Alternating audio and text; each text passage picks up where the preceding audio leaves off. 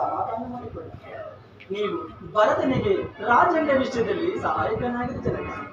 ನಾನು 14 ಸಂವತ್ಸರಗಳನ್ನ ಕೇವಲ 14 ದಿನಗಳಂತೆ ಕಳೆದುಕೊಳ್ಳಲ್ಲ.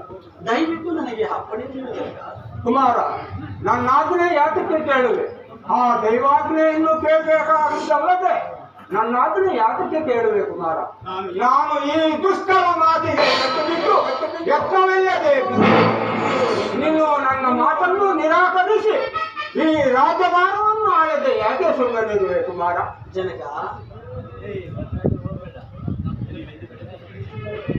ಜನಕ ಏತಕ್ಕೆ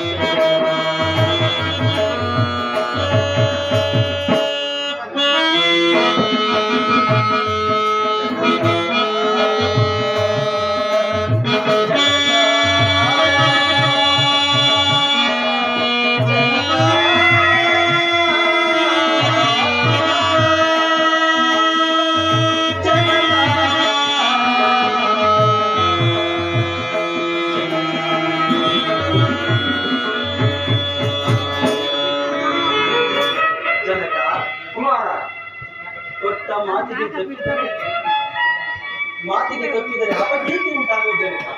ನನ್ನ ಮಾತನ್ನು ನಾನಿನ್ನ ಹೋಗಿದ್ದೆ. ದಯವಿಟ್ಟು ಅಪ್ಪಣೆ ನೀಡು ಜನಕ. ನಾನೀಗಲೇ ಹೋಗಿ ನನ್ನ ಪ್ರಿಯಳಾದ ಜಾನಕಿಗೆ, ನನ್ನ ಸಹೋದರನಾದ ಲಕ್ಷ್ಮಣನಿಗೂ ಈ ಸಂತೋಷ ಸಮಾಚಾರವನ್ನು ತಿಳಿಸಿ ನಾನಿನ್ನ ವನವಾಸಕ್ಕೆ ಹೋಗಿ ಜನಕ. ನನ್ನನ್ನು ಆಶೀರ್ವದಿಸಿ ಜನಕ.